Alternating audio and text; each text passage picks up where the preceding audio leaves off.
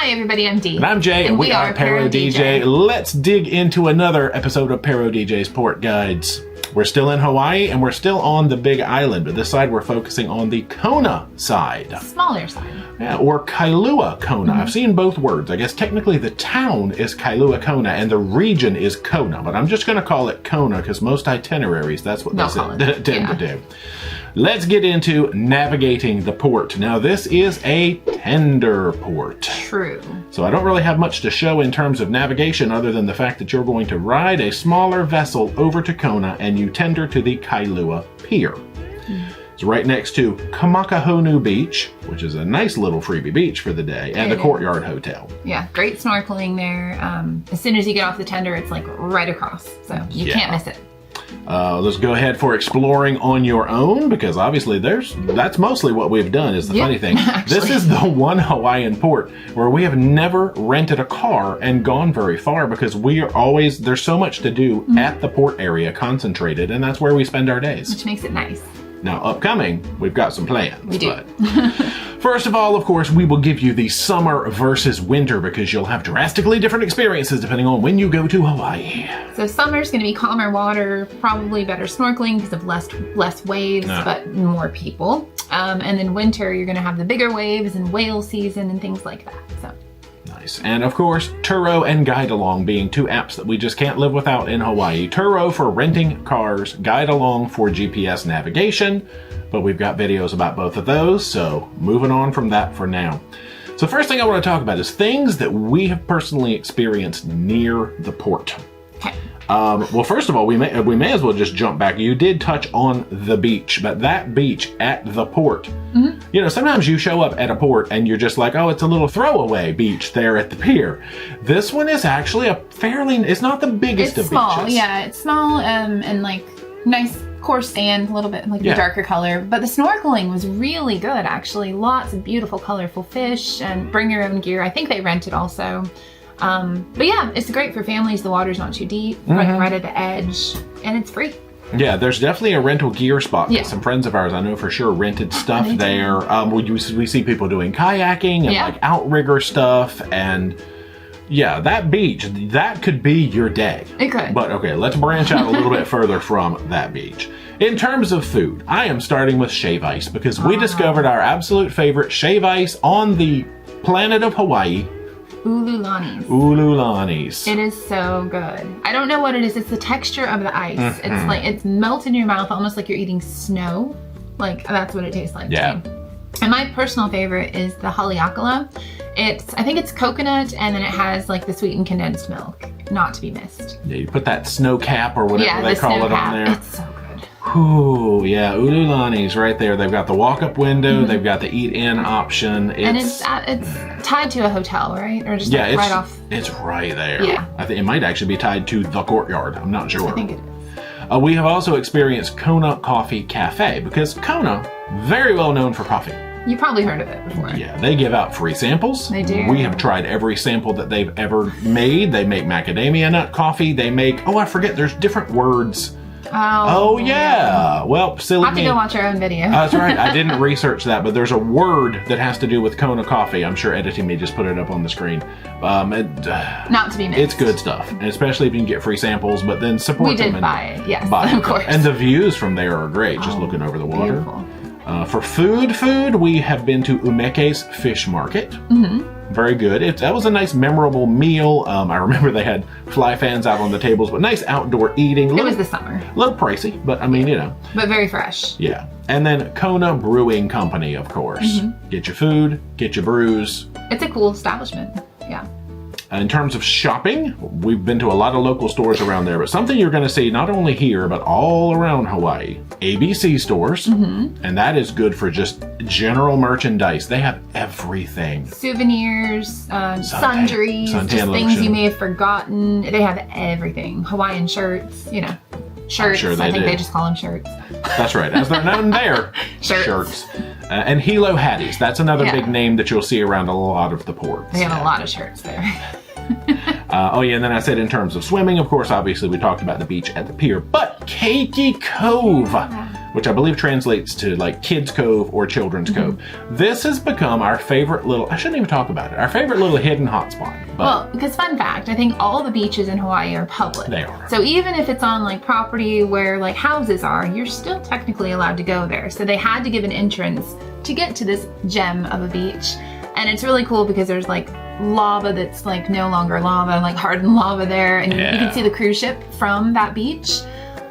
We swam with a turtle last time right there. It was in the cove. It's very, very family friendly because it is very shallow, but the snorkeling was good. Shallow, calm. It is just perfect. Kind of hard to find though. I love a good calm beach. Well, we have shown, and I'm sure you just watched actually here, let's pull up a map. Here's a quick recap of the route that you take. You go and you turn and you do, I'm just stalling time while the blue dot shows people where to go. You cut across a baseball field or something and then there you are. So yeah, that's our favorite. So that's normally what we do when we go to Kona. Now, we've got to stop in Kona on our upcoming world voyage, and we're going to be renting a car. Yeah. And we're going to be trying some new stuff. So here's a little bit of research. We don't really have video footage to go with much of any of this. Not yet. So if you look at what's north of town, about 10 minutes north of the port is the Koloko Honokohau National Historical Park. I went for it. I really tried to get that one. That's good. There's beaches there. There's trails, there's petroglyphs. It's a whole lot of history. I found an all trails route that I think we're going to try when we go there. And you can just, it's free wandering and off you go. Sounds good. 10 more minutes north of that is the Kona International Airport. That's kind of where I stopped my research. So we're going to cut off the north side there. Okay. South from town, you start getting into things like coffee culture. That's one thing I really want to try to go is to go to a coffee farm. Absolutely. So about 15 minutes south of town, you've got La'aloa Beach Park, which they call Magic Sands. And that just sounds magical. I used to play with magic sand. It's the kind that like clumps up. Oh, is this like maybe it's like that. In the Floam and the Gak days? And, oh my gosh. About 10 more minutes south, you hit my first coffee highlight, which is Greenwell Farms. They do free coffee tours. Oh, neat. It's in a town called Kealakekua. Okay. I'm not sure if I'm getting better or worse, just sight reading Hawaiian words. I think it's But they do free, that's a free coffee tour option, which looks good. Yeah. About 5 minutes further south, you have Kona Coffee Living History Farm. That is a pay option, but this is the one I believe where they're dressed in period costume, and you see them, they're actually out harvesting, and so it's almost like stepping back in time to get some coffee culture. Cool. That is in the town. Oh, that's the word that I just said. Let me not say it again. But in the same area, I have to say it again, is the Kealakekua Bay State Historical Park, and that's where you'll find the Captain James Cook Monument. So lots of trails, little nature, little greenery, some history. Oh, definitely. Yeah. A little bit further south of that, oh boy, I said I had to gear myself up for this one. Pu'uhonua o Honua Nau National Historical Park.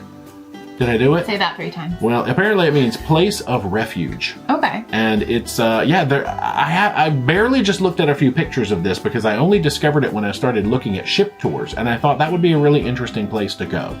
So definitely history. Awesome.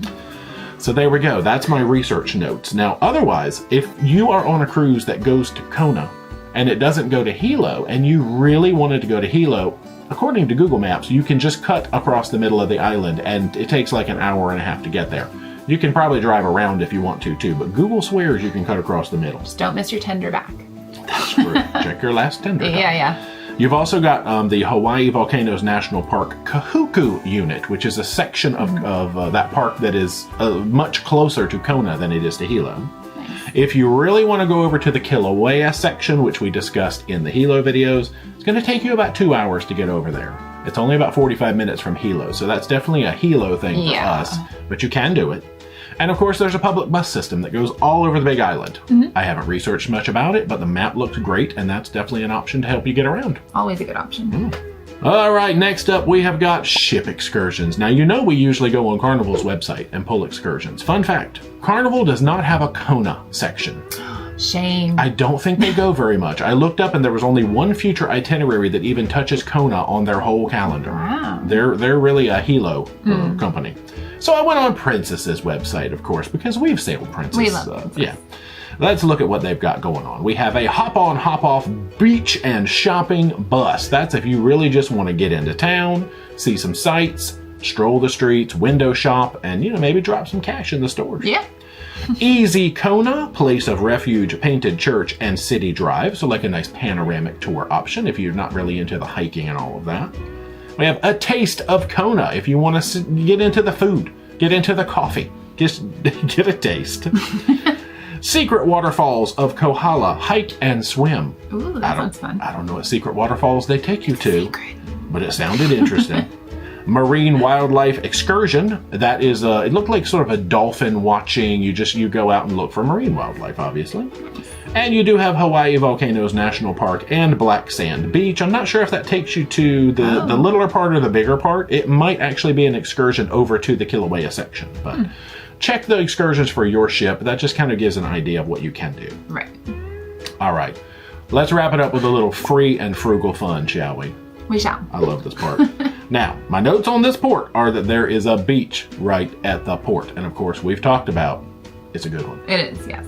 Definitely. There are walkable restaurants, and there are other beaches that you can go to, such as our little secret cove that we love. So there's a lot going on. Now, I mean, I know shopping and restaurants and all that takes money, but just the fact that you literally step off the tender pier, there's the beach, there's just so much stuff going on. Yeah. I went a little ambitious. I have given this port a 7.